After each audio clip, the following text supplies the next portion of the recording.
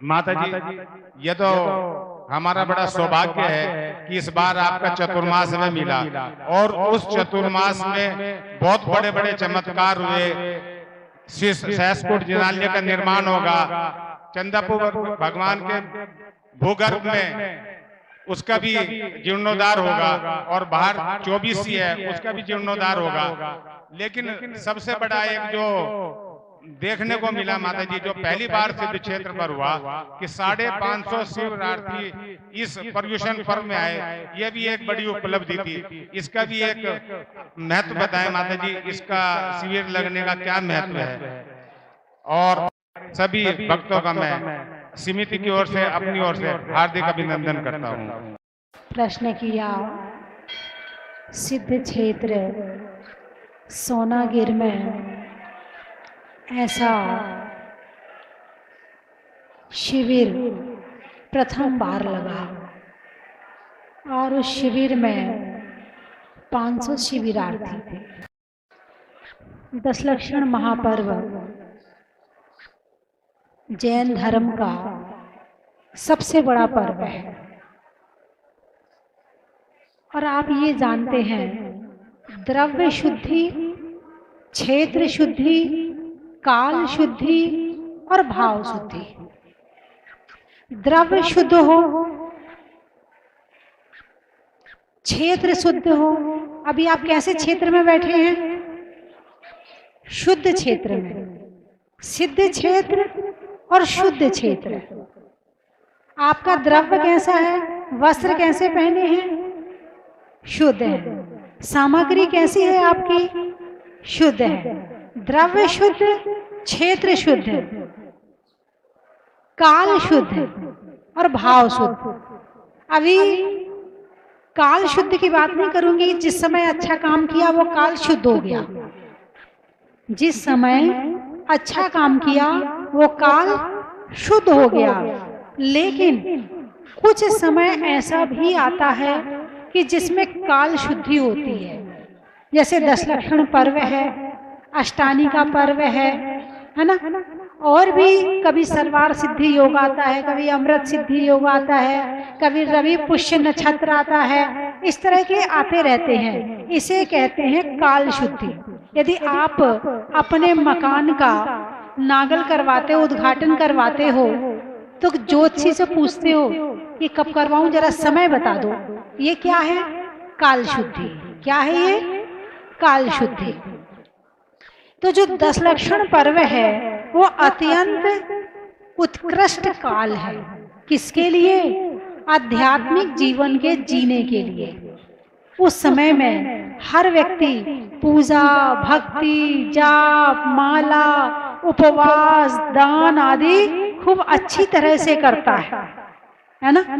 तो यदि काल शुद्धि में अच्छा काम कर लिया जाए, द्रव्य अच्छा बो दिया जाए, अच्छे क्षेत्र पर बैठा जाए, अच्छे भावों के साथ किया जाए, तो जो उसका पेड़ होगा ना, उसके फल भी बहुत अच्छे आएंगे। एक होता है उत्तम फल, एक होता है मध्यम फल और एक होता है जघन्य फल। तो उत्तम भूमि में, उत्तम समय में, उत्तम बीज बोया जाए तो उसका फल भी उत्कृष्ट आता है।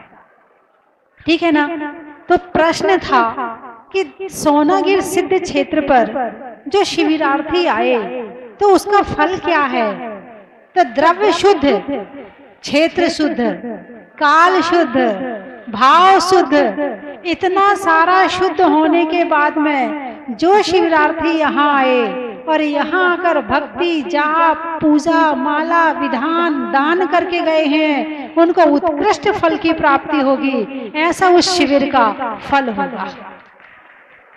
वैसे आप आए, सुबह आए, शाम को चले जाओगे, रात में आए, सुबह चले जाओगे, वंदना करोगे, चले जाओगे। लेकिन शिविर के माध्यम से जो शिविरार्थी आए वो 10-12 दिन यहाँ रहे और जो स्मृतियां उन्होंने यहाँ प्राप्त करी है वो जीवन में कभी भूलने वाले नहीं है।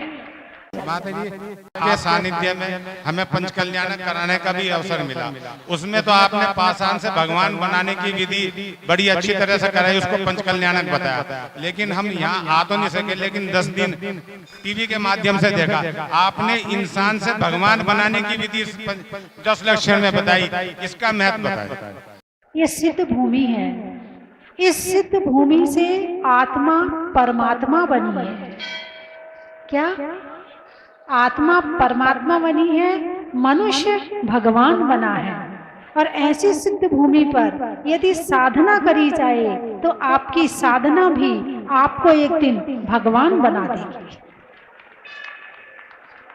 चलिए अगले प्रश्न के लिए भाई साहब को माइक दे दें। वही जब श्री जी की रथ यात्रा निकलती है तो उसमें क्या महिलाओं को रथ पे हाथ लगाना चाहिए या खींचना चाहिए उसको? ऐसा विधान आया है कि वैसे तो गजरथ होता है, बैल लगते हैं, घोड़ा लगते हैं, मनुष्य भी लग जाते हैं। स्त्रियों का विधान तो अभी नहीं सुना है मैंने। स्त्रियां रथ पे चढ़ के चवर कर सकती है श्री जी पे? नहीं। माताजी मैं लतेश जैन कृष्णनगर दिल्ली से, और मेरी शंका ये है कि आदि ध्यान और रौद्र ध्यान में क्या फर्क है और इनसे कैसे बचा जाए? आप लोगों को ध्यान करना आता है क्या? किस किस को ध्यान करना आता है? हाथ उठाकर बताओ। पूजा करने वाले देखो कितने ध्यान से पूजा कर रहे हैं, है ना? ध्यान करना, ध्यान का क्या मतलब है? मन वचन काय की एकाग्रता को ध्यान कहते हैं। ध्यान किसे कहते हैं? मन वचन काय की एकाग्रता को ध्यान कहते हैं। अच्छा, ध्यान 2 तरह का होता है, शुभ ध्यान और अशुभ ध्यान। ठीक है? अशुभ में आर्त ध्यान और रौद्र ध्यान, शुभ में धर्म ध्यान और शुक्ल ध्यान। तो आप जब टीवी देखते हैं तो ध्यान से देखते हैं कि नहीं देखते हैं? अरे बोलिए ना। अजी जी आपकी पसंद की मूवी आ रही है और कोई मच्छर काट रहा हो तो पता चलता है क्या? नहीं चलता है। इसका मतलब आप टीवी ध्यान से देख रहे हैं, हाँ या ना? हैं? अच्छा, जिस समय नोट गिनते हो, अरे बोलिए ना, कैसे गिनते? 1 2 3 4 4। किसी ने आपसे पूछा भाई साहब वो डब्बा कहाँ रखा है वो सामान का? 4 4 4 4 4 वो रखा है। सुई अटक गई 4 में, 4 4 4 4 4 चल रहा, भूल ना जाऊं। कितने ध्यान से नोट गिनते हो? तो नोट गिनने में ध्यान चाहिए कि नहीं चाहिए? अच्छा, रोटी बनाते हो, है ना? ध्यान से रोटी बनाते हो कि नहीं बनाते? यदि ध्यान से, ये माइक बंद कर दो बालचंद जी, ये माइक बंद करो, बंद है। यदि रोटी ध्यान से ना बनाई जाए तो तवे पर रोटी की जगह आपका हाथ चला जाएगा। आप रोटी सेकते हो, कैसे पलटते हो? फिर पलटी, फिर पलटी, फिर पलटी, जल ना जाए। जरा सा ध्यान हटा कि रोटी जली। इसका मतलब रोटी बनाने में भी क्या चाहिए? ध्यान चाहिए। आप अपने बच्चों से कहते बेटे ध्यान से पढ़ना, कहते हो कि नहीं कहते हो? क्या कहते हो? इसका मतलब पढ़ने में ध्यान चाहिए। चाहिए कि नहीं चाहिए? प्रवचन सुन रहे हो, ध्यान से सुन रहे हो कि बिना ध्यान के सुन रहे हो? ध्यान से, यानी प्रवचन सुनने में भी ध्यान चाहिए, है ना? 24 घंटे हम ध्यान में रहते हैं। क्या भगवान महावीर ने बताया कि हम 24 घंटे ध्यान में रहते हैं। अब ध्यान मैंने बताया शुभ और अशुभ। ये बात अलग है कि अभी जब आप पूजा करते हो, भक्ति करते हो, प्रवचन सुनते हो, जिस समय आप अच्छे काम करते हो भावों के साथ में, उस समय शुभ ध्यान में होते हो, और जिस समय नहीं करते और काम करते हो उस समय अशुभ ध्यान में होते हो। अच्छा बताओ, क्रोध करने के लिए ध्यान चाहिए कि नहीं चाहिए? हाँ, कितना ध्यान एकाग्र होता है, सामने वाला फोकस होता है बिल्कुल। जिस पे गुस्सा कर रहे हैं कुछ और नहीं दिखता है, बिल्कुल सामने वाला दिखता है। और जो जो बातें कहनी है ध्यान लगाते हो कि इसको क्या क्या कहना है। और ध्यान लगा के फिर सारी बातें निकालते हो। गुस्से में बड़ा ध्यान होता है, लेकिन होता अशुभ है, होता है पाप बंध का कारण। शुभा पुण्यस्य अशुभा पापस्य, शुभ से पुण्य का बंध होता है और अशुभ से पाप का बंध होता है। इतना तो समझ में आ गया। आप लोग टेंशन करते हो कि नहीं करते हो? अरे बोलिए ना। इतने लोग बैठे हैं, ऐसा कौन है जो टेंशन नहीं करता है? अच्छा, सब करते हैं। तो टेंशन करने में ध्यान होता कि नहीं होता? यानी एकाग्र, जिस चीज को हम सोच रहे हैं उसमें एकाग्रता। मेरा बेटा पढ़ता नहीं है, वो बड़ा होके क्या बनेगा, उसकी जिंदगी खराब हो जाएगी, वो पीछे हो गया है, वो बेटे की टेंशन, दुकान की टेंशन, आजकल ग्राहकी नहीं चल रही है, आजकल कोई ग्राहक ही नहीं आ रहा है, धन की टेंशन, एकाग्रता। ठीक है, तो बहन जी का प्रश्न है कि आर्त ध्यान और रौद्र ध्यान, आर्त ध्यान से कैसे बचे और रौद्र ध्यान से कैसे बचे? तो आर्त ध्यान पहले ये समझ लें किसका कारण है। आर्त ध्यान त्रियंच गति का कारण है।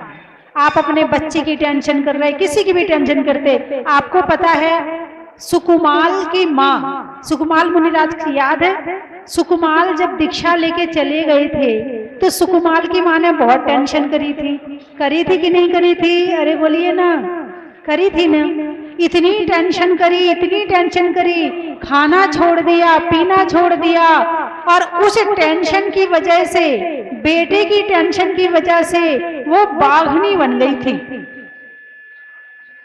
हाँ या नहीं? किस कारण से?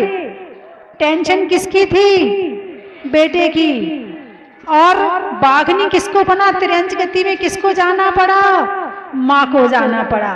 कितनी टेंशन कर लेना, चाहे किसी की, धन की, बेटे की, किसी की टेंशन कर लेना, दुर्गति हमारी होगी। तो बचने के लिए क्या करें? धर्म ध्यान। कौन सा ध्यान? धर्म ध्यान। धर्म ध्यान भी 4 तरह का हो गया। आज्ञा पाए, विपाक विचय, उपाय विचय और संस्थान विचय। 4 तरह का ध्यान हो गया। आज्ञा पाए, भगवान की आज्ञा का पालन करना। भगवान ने ऐसा कहा है, पूजा करना चाहिए, हम पूजा करेंगे। भगवान ने कहा अभिषेक करना चाहिए, हम अभिषेक करेंगे। भगवान ने कहा स्वाध्याय करना चाहिए, हम स्वाध्याय करेंगे। भगवान ने कहा दान देना चाहिए, हम दान देंगे। भगवान ने कहा मंदिर बनाना चाहिए, हम मंदिर बनाएंगे। भगवान ने कहा प्रतिमा विराजमान, दान। दान में सब कुछ आया।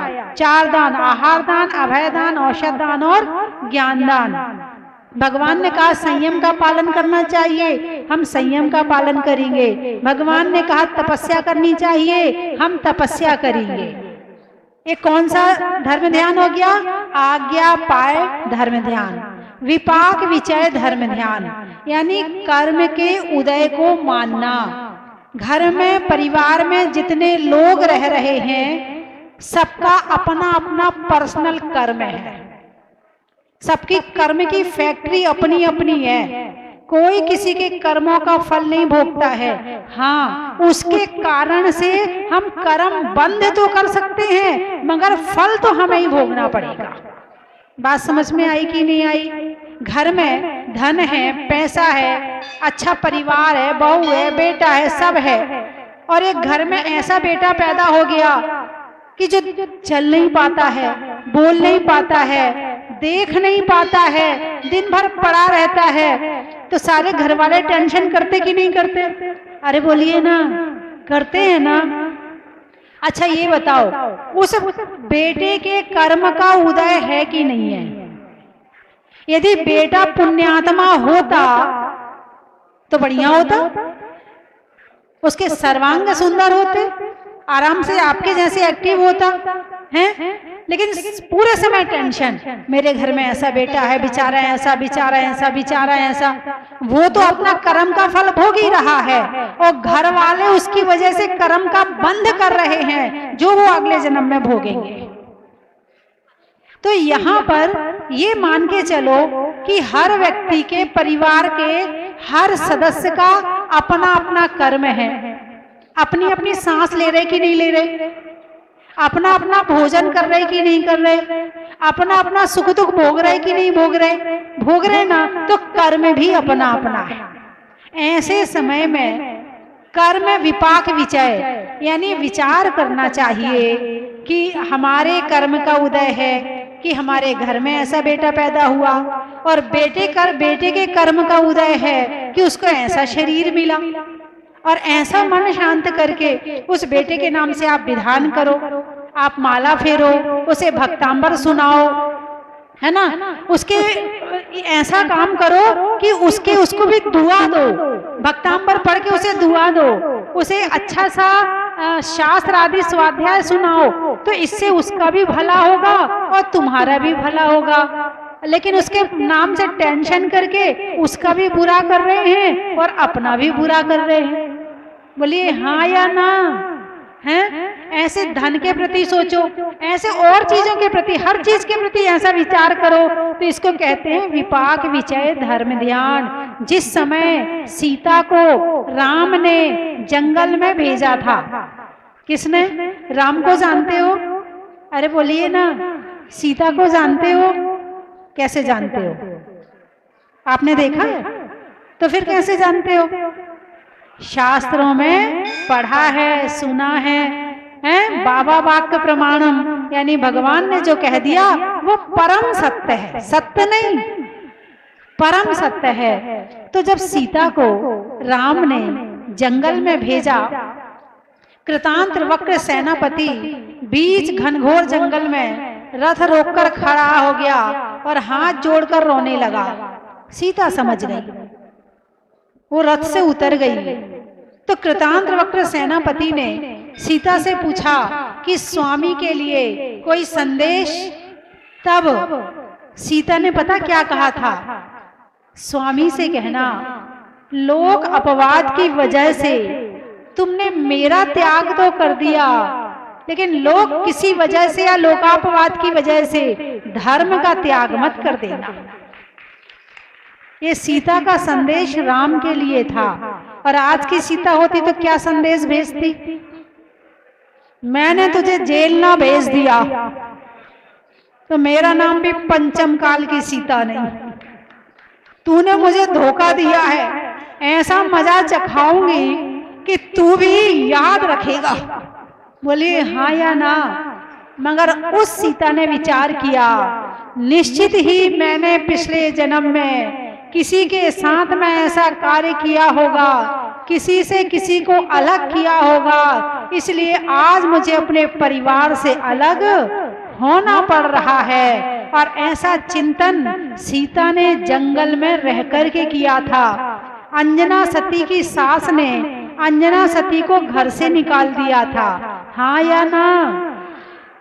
फिर जंगल में हनुमान का जन्म हुआ था, सीता भी गर्भवती थी, अंजना सती भी गर्भवती थी। जिस समय नारी को रक्षा की जरूरत होती है, उस समय घर वालों ने जंगल में भेज दिया।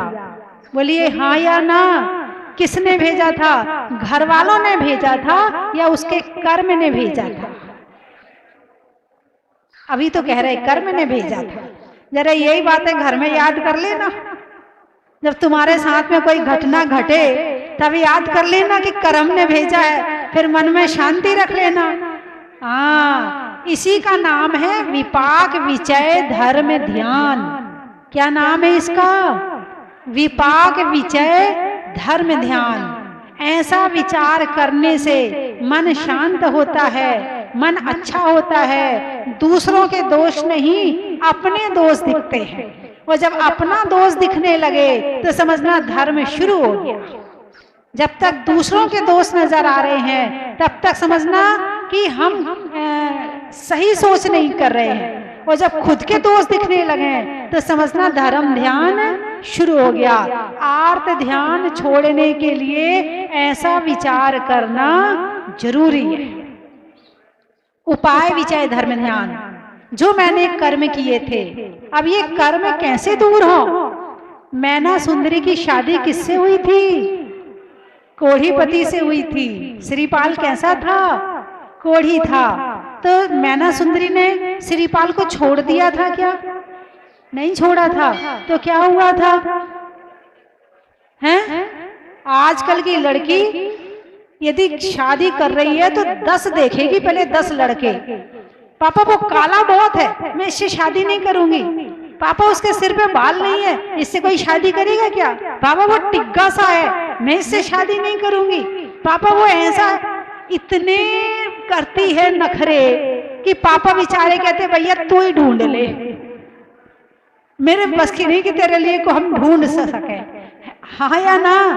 यहाँ तो पिता ने कोढ़ी पति भी ढूंढ लिया।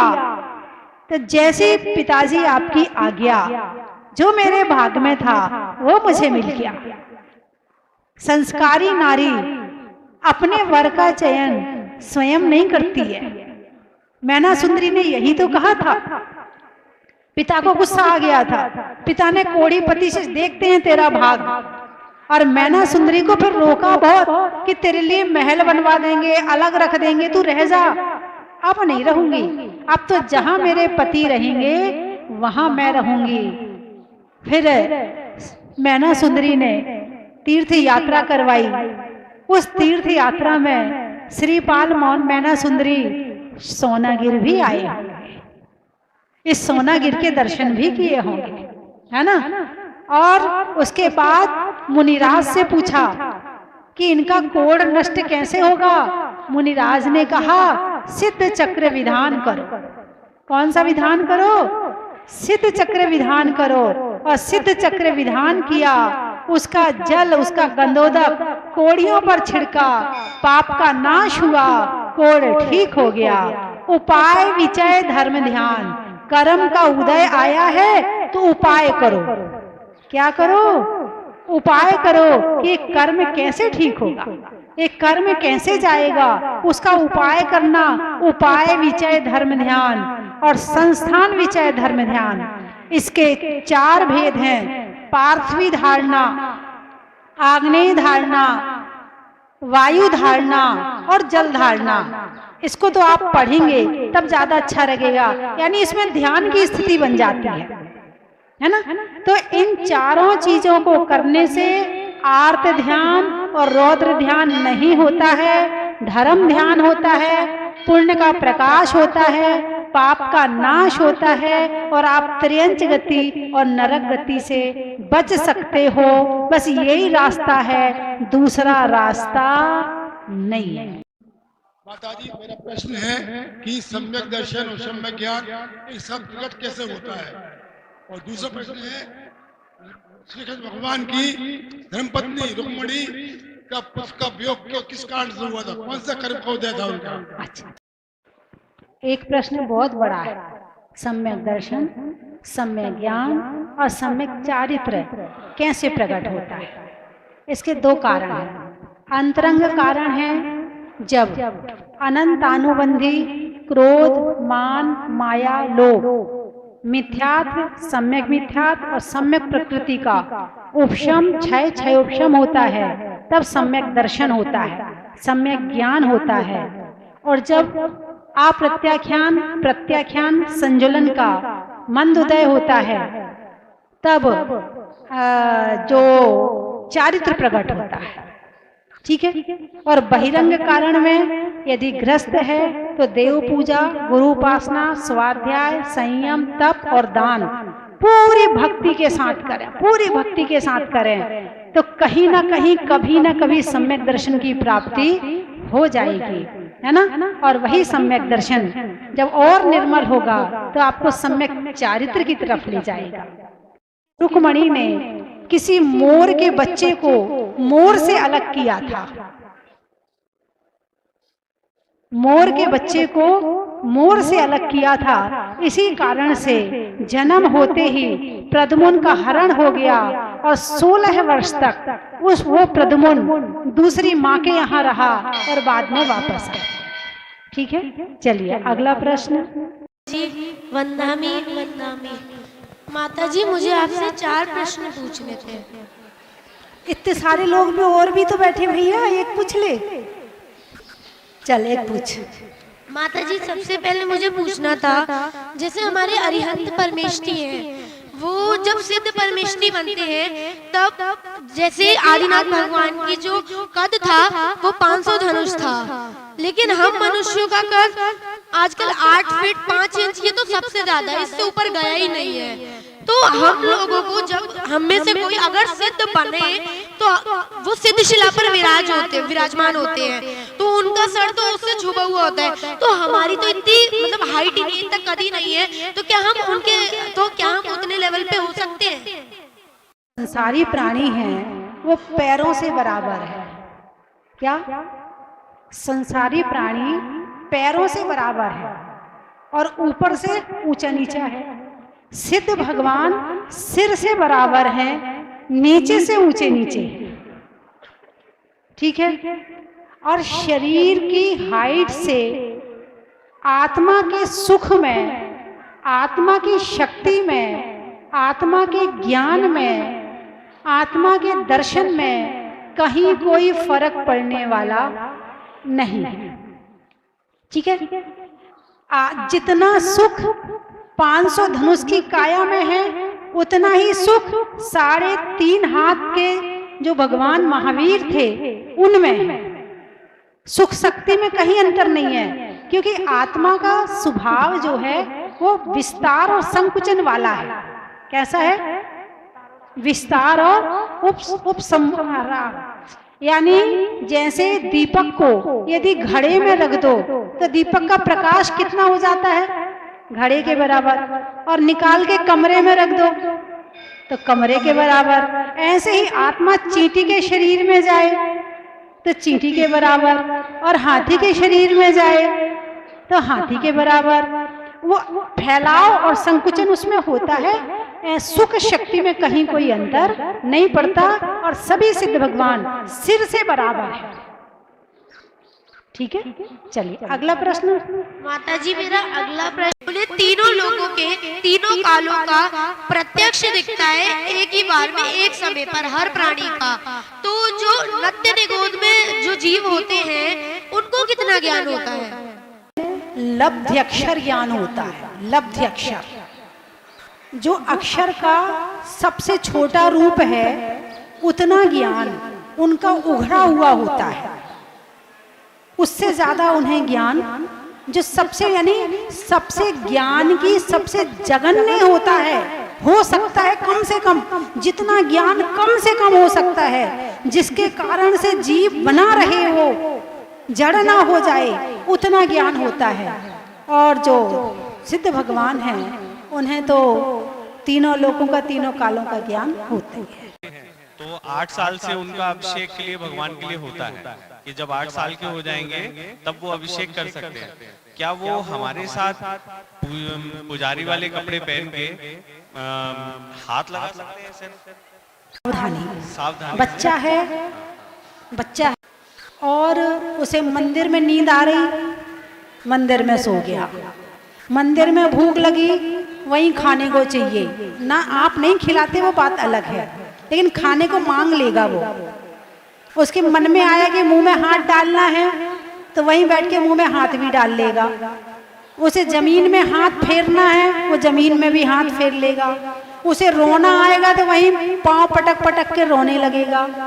8 वर्ष से छोटे बच्चे अज्ञान में होते हैं, और जब आप यदि अभिषेक करने जा रहे, उसने मुंह में हाथ डाला और वही हाथ यदि आपकी धोती में लगा दिया, है ना, तो इसीलिए 8 वर्ष से कम के बच्चों को मना किया गया है। यदि ना जाए तो ज्यादा अच्छा है, पहली बात। और फिर भी आपको लगता है कि बच्चा समझदार है, ऐसा काम नहीं करता है, तो हाथ आदि लगा सकता है। बाकी जो बच्चे गोदी में रहते हैं उनको लेकर तो बिल्कुल भी नहीं जाना चाहिए।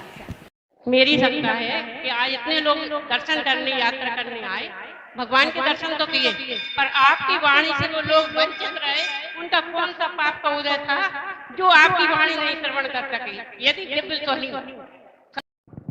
लोगों की श्रद्धा दर्शन में ज्यादा है, हालांकि वो दर्शन भी दर्शन जैसे करने चाहिए वैसे करते भी नहीं है।